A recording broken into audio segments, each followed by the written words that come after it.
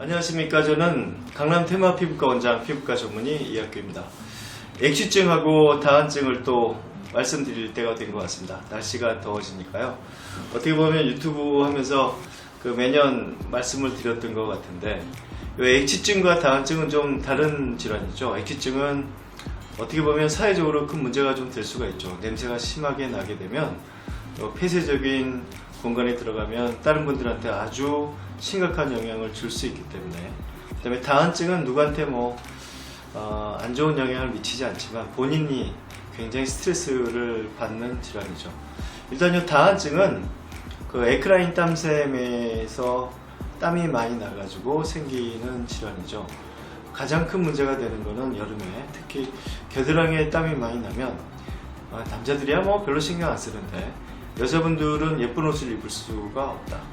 그 다음에 얇은 옷을 입을 수가 없다. 왜냐하면 땀에서 나는 물기 때문에 젖게 되면 외부에서 보이는 게 본인은 굉장히 싫을 수도 있고, 옷감도 좀 많이 상할 수가 있고, 그 다음에 거기 화학물질들이 있기 때문에 옷감도 변색을 시킬 수가 있습니다. 그래서 다한증이 가장 큰 문제가 여름에 되는 경우에는 요 겨드랑이인 것 같고, 두 번째는 이제 얼굴에 땀이 그냥 막 흐르는 분들도 있죠. 주체하지 못할 정도로 많이 흐르는 경우도 많이 있는데, 이런 경우에도 이제 본인한테도 문제가 되고 사회적으로도 좀 남 앞에 설 때라든지 문제가 되죠. 요 두 케이스 다 가장 좋은 치료는 보톡스죠.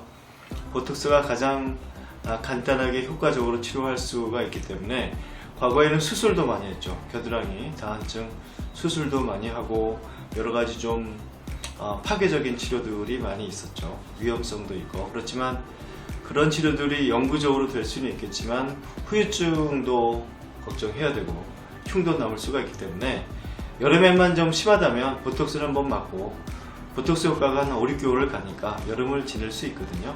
그래서 보톡스를 맞으신다면 겨드랑이의 다한증 아니면 얼굴에 흐르는 다한증 이런 것들을 좀 효과적으로 치료할 수 있을 것 같고, 액취증은 아직은 이게 보톡스로 되지는 않습니다.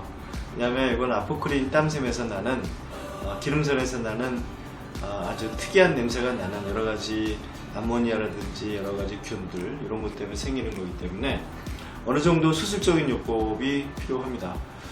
그래서 고바야시 요법이라고 그래가지고 긴 침을 이용해 가지고 에크린 땀샘을 좀 태우는 치료가 있죠.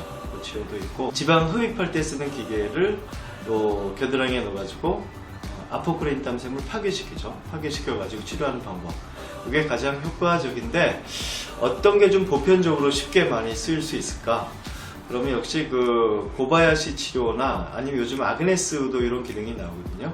이런 걸 이용해가지고 침을 이용해서 그냥 간단히 하기 때문에 이건 수술이라고 얘기하기보다는 시술이 맞는 것 같습니다. 그래서 과거에 여기 겨드랑이를 다 떼어내고 꿰매는 수술을 했었는데, 그러면 여자분들은 겨드랑이에 헤어도 다 없을 정도로 신경을 많이 쓰이는 데인데 여기가 이렇게 들었을 때 흉이 남는다면 상당히 어려움이 많습니다. 그래서 고바야시라든지 아그네스를 이용한다면 흉이 남지 않게 치료할 수 있기 때문에 이 방법이 실질적으로 간단하고 효과적인 방법이 될 것 같습니다. 네, 오늘은 여름에 특히 문제가 될 수 있는 액취증과 다한증에 대해서 간단하게 말씀드렸습니다. 감사합니다.